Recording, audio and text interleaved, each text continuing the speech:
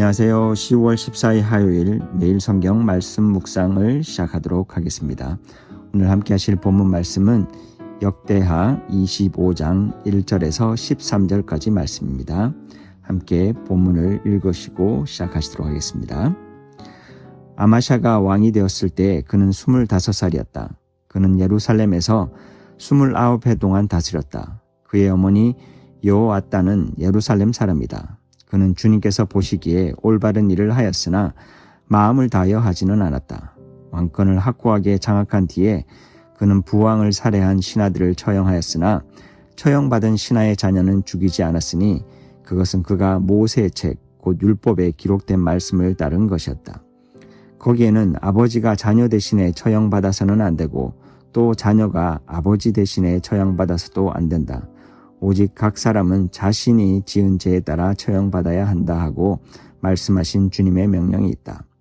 아마샤는 유다 지파와 베냐민 지파 사람들을 그들이 소속된 가문별로 군대 단위를 조직하고 그들 위에 군대 지휘관인 천부장과 백부장을 임명하여 세웠다.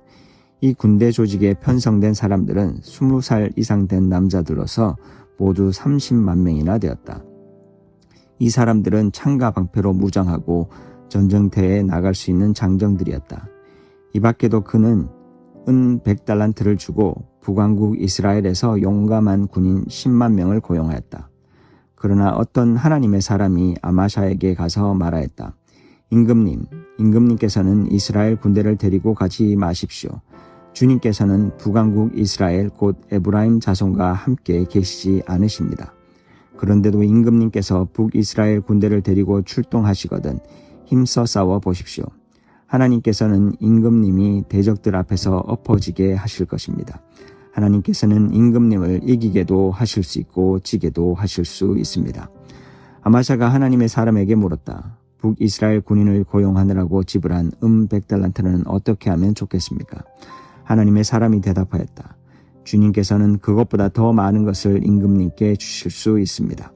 그래서 아마샤는 에브라임에서 온 군인들을 그들의 고향으로 돌려보냈다. 그들은 유다 사람에 대하여 몹시 불쾌하게 생각하면서 고향으로 돌아갔다. 아마샤는 용기를 내어 출병하였다. 소금 계곡에 이르러서 세일 자손 10,000명을 죽였다. 유다 군대가 또 별도로 10,000명을 산채로 붙잡아서 절벽 위로 끌고 올라가 그 밑으로 떨어뜨리자 그들의 몸이 으스러졌다. 그러는 동안에 아마샤가 전쟁에 함께 데리고 출동하지 않고 되돌려 보낸 북이스라엘 군인들은 사마리아와 벳호른 사이에 있는 유다의 여러 마을을 약탈하고 사람을 3,000명이나 죽이고 물건도 많이 약탈하였다. 오늘 본문은 유다 왕 아마샤의 이야기입니다. 아마샤는 25살의 왕위에 올라 29해 동안 유다를 다스렸다고 기록되어 있습니다. 역대기 기자는 2절에서 그에 대한 흥미로운 평가를 내립니다. 그는 주님께서 보시기에 올바른 일을 하였지만 마음을 다하여 하지는 않았다. 오늘 누군가가 우리에게 하나님을 진심으로 사랑하십니까? 라고 묻는다면 이 말씀을 함께 묵상하는 거의 모든 분들이 주저없이 그렇습니다 라고 대답할 것입니다. 우리가 예배를 드리고 말씀을 보고 기도하며 봉사하는 이 모든 행위가 바로 하나님을 향한 진심, 즉 참된 마음이 있기 때문입니다. 그러나 만약 질문이 하나님을 전심으로 사랑하십니까?로 바뀐다면 우리의 마음 속에서 작은 주저함이 생길지도 모릅니다. 전심, 온 마음을 다해서. 이 질문 앞에서 우리는 아마샤 왕이 받았던 그 평가 앞에 서게 됩니다. 올바른 일을 하였지만 마음을 다하여 하지는 않았다. 우리는 하나님을 진심으로 사랑합니다. 하지만 그 사랑이 전심이 아니라는 것이 우리의 고민이자 문제입니다. 역대기에 등장하는 많은 유다 왕들이 바로 이 전심, 즉 온전한 마음에서 걸려 넘어졌습니다. 그렇다면 전심, 온전함이란 무엇일까요? 이것은 완벽하다는 의미는 아닙니다. 우리는 절대로 완벽하게 하나님을 섬길 수는 없습니다. 성경에서 말하는 온전함이란 나님이 없는 것을 의미합니다. 완벽하게 100%를 달성하는 것이 아니라 우리의 마음이 세상과 하나님 사이에서 나누어지지 않고 한결같은 방향성을 가지고 오직 하나님만을 향하고 있음을 뜻하는 것일 것입니다.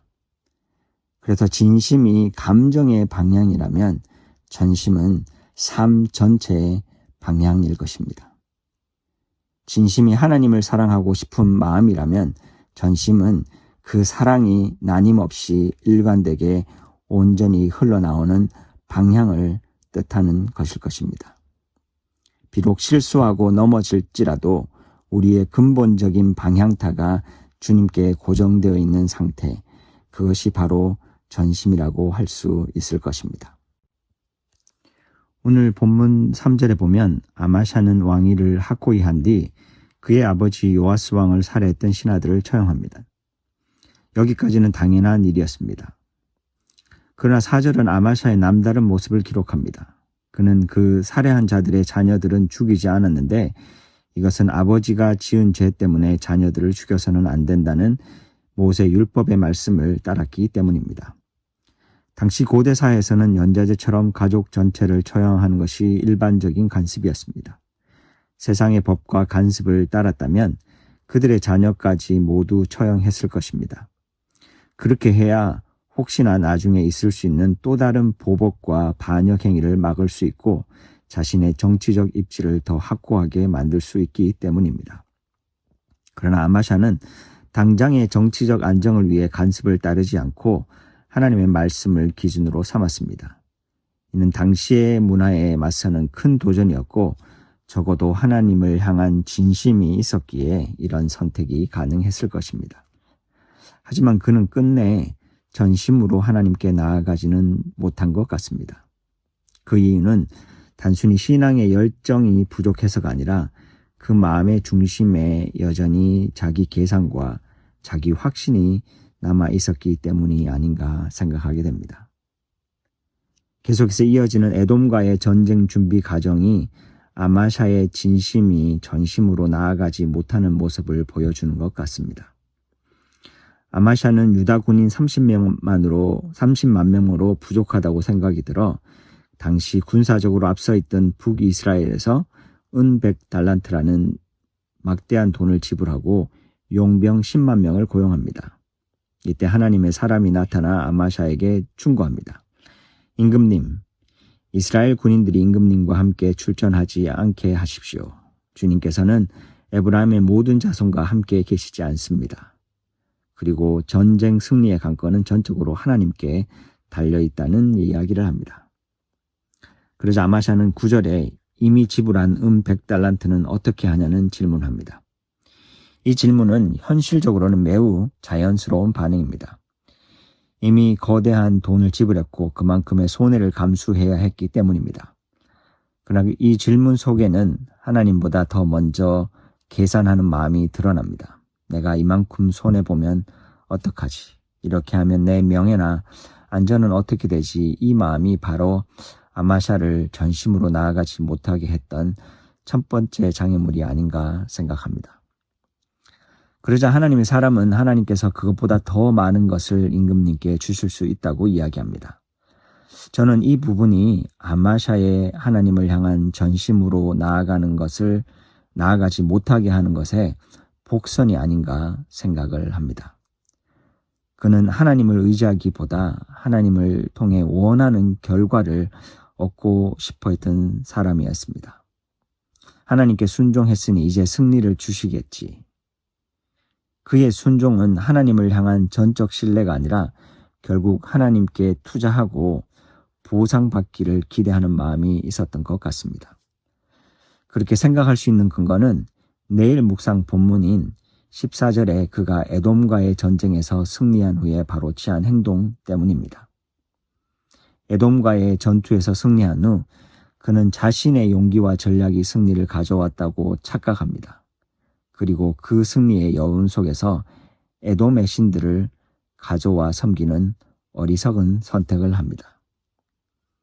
그의 전심이 무너진 이유는 바로 여기에 있습니다. 하나님께 순종하는 것처럼 보이지만 하나님이 중심이 아니었던 신앙, 그는 하나님을 경외하는 것 같으면서도 여전히 자신의 안전과 유익에 중심을 두었습니다. 결국 그의 신앙은 진심의 열정은 있었지만 방향은 여전히 자신에게 향한 신앙이었습니다. 그는 하나님을 믿었지만 그 믿음의 목적은 하나님을 기쁘게 하는 것이 아니라 하나님을 이용해 승리하는 것이 되어버렸습니다. 참 승리는 하나님과 함께함이라는 것을 깨닫지 못하고 승리라는 결과를 위해 하나님을 이용하는 꼴이 되어버린 것입니다. 오늘 본문은 단순히 한 왕에 대한 평가가 아니라 우리 신앙의 좌표를 점검하게 만듭니다. 나는 하나님을 진심으로 사랑하고 있는가? 아니면 전심으로 사랑하고 있는가? 오늘 우리의 신앙이 진심에서 전심으로, 감정에서 방향으로, 순간의 결단에서 지속적인 헌신으로 나아가기를 소망하며 함께 기도하시겠습니다.